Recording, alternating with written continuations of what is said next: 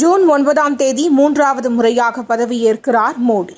பதவியேற்பு விழாவில் பங்கேற்க வங்கதேசம், நேபாளம் நாட்டு தலைவர்களுக்கு அழைப்பு. பாதுகாப்பு படைகளில் ஆள் சேர்க்கும் அக்னிபாத் திட்டத்தை மறுபரிசீலனை செய்ய வேண்டும். நிதிஷ்குமார் நிபந்தனை. தமிழிசை எல். முருகன் இருந்தபோது கூட்டணி நன்றாக இருந்தது.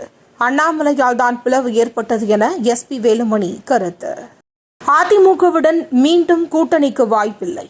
அண்ணாமலை உறுதி. அதிமுகவுடன் கூட்டணி வைத்திருந்தால் வெற்றி கிடைத்திருக்கும். தமிழிசை சவுந்தரராஜன் மாறுபட்ட கருத்து. சூழ்ச்சியால் விஜயபிரபாகர் வீழ்த்தப்பட்டுள்ளார். பிரேமலதா புகார்.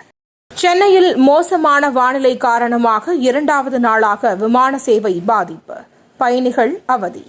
நாடாளுமன்ற கட்டட வளாகத்தில் காந்தி, அம்பேத்கர், சத்ரபதி சிவாஜி சிலைகள் அகற்றம். ஜெய்ராம் ரமேஷ் கண்டனம். சீனா விசா முறைகேடு வழக்கு. கார்த்தி சிதம்பரத்திற்கு ஜாமீன் வழங்கியது டெல்லி நீதிமன்றம். சவுக்கு சங்கர் சிறையில் அடைக்கப்பட்ட ஒவ்வொரு மணி நேரத்திற்கும் 10,000 ரூபாய் வழங்க தயாரா? அரசுக்கு ஹைகோர்ட் கேள்வி.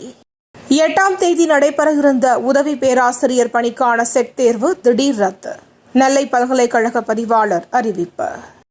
பாலியல் புகார். பிரஜ்வல் ரேவண்ணாவுக்கு போலீஸ் காவல் நீட்டிப்பு. மகாராஷ்டிரா அரசியலின் வில்லன் பட்னாவிஸ் தான். சஞ்சய் ராவத் தாக்கு. பள்ளி மீது இஸ்ரேல் ஏவுகணை தாக்குதல். காசாவில் 39 பேர் பரிதாப பலி. கோவை, திருப்பூர், தேனி உள்ளிட்ட 19 மாவட்டங்களில் இன்று கனமழைக்கு வாய்ப்பு. வானிலை மையம் எச்சரிக்கை. தினந்தோறும் காலை தலைப்புச் செய்திகளை உடனுக்குடன் தெரிந்து கொள்ள வணக்கம் இந்தியா நியூஸுடன் இணைந்திருங்கள்.